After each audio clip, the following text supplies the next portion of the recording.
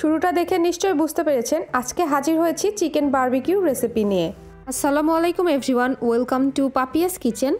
বাসায় কিভাবে ইজি ওয়েতে এই টেস্টি বারবিকিউ তৈরি করতে পারবেন সেটাই থাকছে আজকের রেসিপিতে। আর এই বারবিকিউটা খেতে অস্থির ছিল। বারবিকিউ করার জন্য একটা চিকেন বড় বড় পিস করে কেটে নিয়েছি, আর চিকেনটার ওজন ছিল 2 কেজি 200 গ্রাম। এবার এর মধ্যে 3 চা চামচ ভিনেগার এবং পর্যাপ্ত পরিমাণ পানি দিয়ে খুব ভালোভাবে ধুয়ে নিচ্ছি। এভাবে ভিনেগার দিয়ে ধুয়ে নিলে চিকেনের যে একটা ব্যাড স্মেল থাকে সেটা চলে যাবে। এবার বারবিকিউ এর মশলাটা তৈরি করে নিব। এর জন্য একটা মিক্সিং বোলে নিয়ে নিচ্ছি হাফ কাপ টক দই, লাল মরিচ গুঁড়া দিয়ে দিচ্ছি 2 টেবিল চা চামচ, ধনিয়া গুঁড়া দিয়ে দিচ্ছি 2 টেবিল চা চামচ, লবণ দিয়ে দিচ্ছি 1.5 চা চামচ। অবশ্যই টেস্ট বুঝে লবণটা ব্যবহার করবেন। তারপর দিয়ে দিচ্ছি 1 টেবিল চা চামচ গরম মশলা গুঁড়া, দিয়ে দিচ্ছি 1 টেবিল চা চামচ কালো গোলমরিচ গুঁড়া, রসুন বাটা দিচ্ছি 2 টেবিল চা চামচ, জিরা বাটা দিচ্ছি 2 টেবিল চা চামচ, 2 টেবিল চা চামচ দিয়ে দিচ্ছি আদা বাটা। এবার বারবিকিউ সস অ্যাড করছি 4 টেবিল চা চামচ। আপনারা এখানে যে কোনো ব্র্যান্ডের বারবিকিউ সস অ্যাড করতে পারেন। দিয়ে দিচ্ছি 2 টেবিল চা চামচ সয়া সস, টমেটো সস দিয়ে দিচ্ছি 2 টেবিল চা চামচ, সবশেষে লেবুর রস দিয়ে দিচ্ছি 3 টেবিল চা চামচ।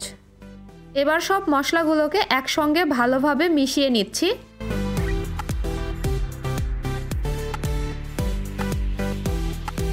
মশলাটা মেশানো হয়ে গিয়েছে। এ পর্যায়ে আপনারা একটু টেস্ট করে দেখতে পারেন। কোনো কিছু কম মনে হলে আপনাদের টেস্ট অনুযায়ী অ্যাডজাস্ট করে নেবেন।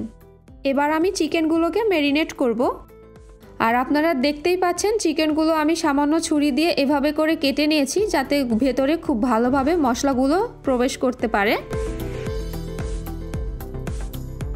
আর মশলাগুলোকে চিকেনের মধ্যে ঢেলে দিচ্ছি।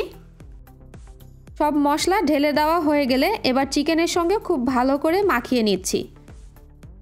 মশলাগুলোকে চিকেনের সঙ্গে এমনভাবে লাগাতে হবে যাতে কাটা অংশ দিয়ে চিকেনের গায়ে মশলাগুলো ভালোভাবে ঢুকতে পারে।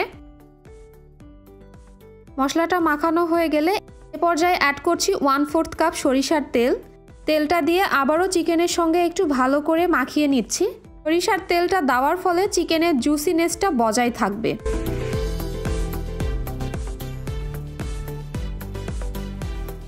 মশলাটা অলরেডি মাখা হয়ে গেছে।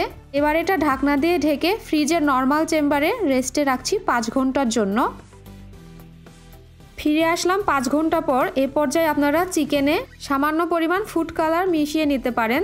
এবার চিকেনটাকে বারবিকিউ করার পালা। তবে আজকে আমি চিকেনটা বারবিকিউ করব বারবিকিউ গ্রিল মেশিনের সাহায্যে। আর সেজন্য প্রথমে আমি এখানে কয়লা আগে জ্বালিয়ে নিয়েছি। পরে যে নেটটা রয়েছে সেখানে কিছুটা তেল ব্রাশ করে নিচ্ছি যাতে চিকেন আটকে না যায়। এবার এক এক করে চিকেনগুলো এর উপর দিয়ে দিচ্ছি। আপনারা চেষ্টা করবেন বারবিকিউ করার সময় কয়লার হিটটা মিডিয়ামে রাখতে। কয়লার হিট যদি বেশি হয়ে যায় তাহলে মাংস কিন্তু বাহিরের দিক দিয়ে পুড়ে যাবে আর ভেতরে কাঁচা থেকে যাবে। আর কিছুক্ষণ পরপর চিকেনগুলোকে একটু উল্টিয়ে পাল্টিয়ে দিতে হবে যাতে এক পাশে বেশি পুড়ে না যায়। এ পর্যায়ে আমি চিকেনের গায়ে সরিষার তেল ব্রাশ করছি, এতে চিকেনগুলো ড্রাই হয়ে যাবে না। আর কিছুক্ষণ পরপর এই কাজটা একটু করতে হবে। যখন বারবিকিউটা প্রায় হয়ে আসবে এ পর্যায়ে আমি বারবিকিউ সস ব্রাশ করে দিচ্ছি। এতে চিকেনটা খেতে অনেক বেশি টেস্টি হবে। শেষ পর্যন্ত আমার বারবিকিউটা একদম রেডি। আশা করছি আজকে আমার এই রেসিপিটা আপনাদের অনেক ভালো লেগেছে। রেসিপি ভালো লাগলে লাইক, কমেন্ট, শেয়ার করে পাশে থাকবেন। আজ এখানে বিদায় নিচ্ছি। সবাই অনেক ভালো থাকবেন। আল্লাহ হাফেজ।